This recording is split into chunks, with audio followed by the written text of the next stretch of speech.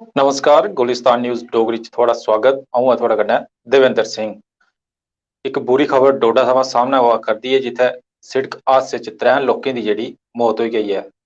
एह् हादसा तकरीबन अज्ज बडलै 10:30 बजे दे करीब पेश आया, जिसलै इक बलैरो गड्डी जेह्ड़ी जम्मू थमां डोडा जा करदी ही ते जिसलै एह् त्रुंगल पुल जेह्ड़ा अस्सर है उत्थै पुज्जी ते इक गड्डी उत्थुआं थल्लै जेह्ड़ी 200-250 फुट दी जेह्ड़ी थल्लै जेह्ड़ी रुलकी गेई है ते इस हादसे च 3 लोकें दी जेह्ड़ी मौत जेह्ड़ी होई गेई है।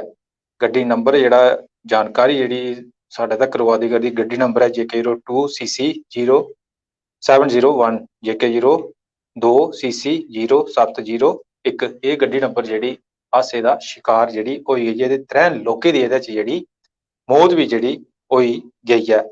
मरने आह्ले दी पन्छान जेह्ड़ी कीती गई है मोहम्मद रफीक एक्सियन PWD जेह्ड़े RO पुंछ जेह्ड़े दस्से जा करदे न ते दूए जेह्ड़े ARR&B ते ड्राइवर हाफिज दी भी जेह्ड़ी मौत जेह्ड़ी होई गेई है। इक होर जेह्ड़ा सुरेश कुमार PWD डोडा जेह्ड़ा ओह् जेह्ड़ा एह्दे च जख्मी होई गे न ते उ'नेंगी हॉस्पिटल जेह्ड़ा भेजेआ गेआ है। एह् जानकारी अजें धोड़ी जेह्ड़ी साढ़े सामने आई है। इक बारी परतियै डोडा च जेह्ड़ा एक्सीडेंट होआ ओह्दे च 3 लोकें दी जेह्ड़ी मौत जेह्ड़ी होई गई है। अस्सर च जेह्ड़ा हादसा पेश आया त्रुंगल पुल जेह्ड़ा उत्थै एह् हादसा जेह्ड़ा पेश आया। इक गड्डी जेह्ड़ी ही ओह् जेह्ड़ी 200-250 फुट जेह्ड़ी खाई ही, जेह्ड़ी डूंगी खाई ही, ओह्दे च जेह्ड़ी रुलकी गेई है ते एह् जेह्ड़ा हादसा पेश होने करी 3 लोकें दी जेह्ड़े एह्दे च मौत होई गई है ते इक जख्मी है जेह्ड़ा उसगी जेह्ड़ा अस्पताल च जेह्ड़ा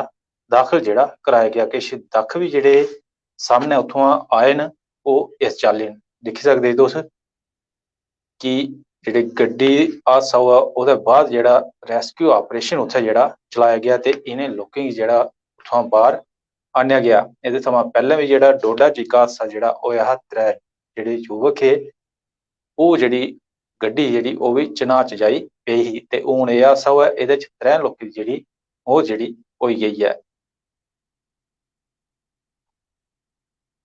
देओ इजाजत, नमस्कार।